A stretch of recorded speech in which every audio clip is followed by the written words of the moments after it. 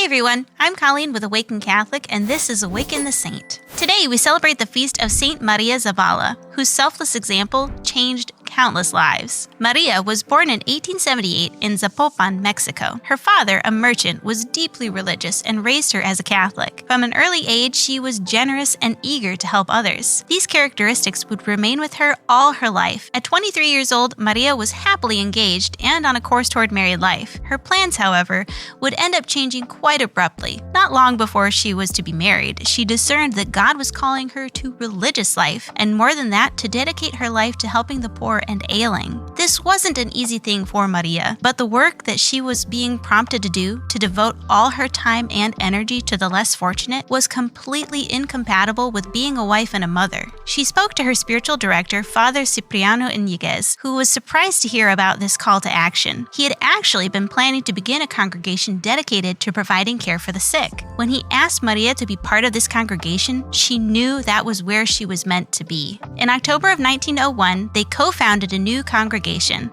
the Sisters of St. Margaret Mary and the Poor. Maria dedicated herself entirely to the care of the sick. She inspired hope in many who entered into the order's hospital and quickly became a role model for the other sisters. She was made Superior General of the order and taught the other members the importance of living in material poverty. She invited them to be poor with the poor, which might sound like a bunch of people commiserating over a terrible situation. But in Maria's case, it was quite the opposite. She and her sisters were full of the simple joy of trusting completely in God to provide for them. When the situation in Mexico became politically charged and unsafe for Catholics, Maria allowed the hospital to be used as a hideout to keep the persecuted clergy out of danger. But her love and care wasn't reserved just for the faithful. She was known to provide food and assistance even to those who were persecuting Catholics. Those she helped were so moved by her selflessness that some of them came to the defense of the hospital's occupants when they were in danger. Sister Maria continued her work until 1961, when she fell gravely ill and died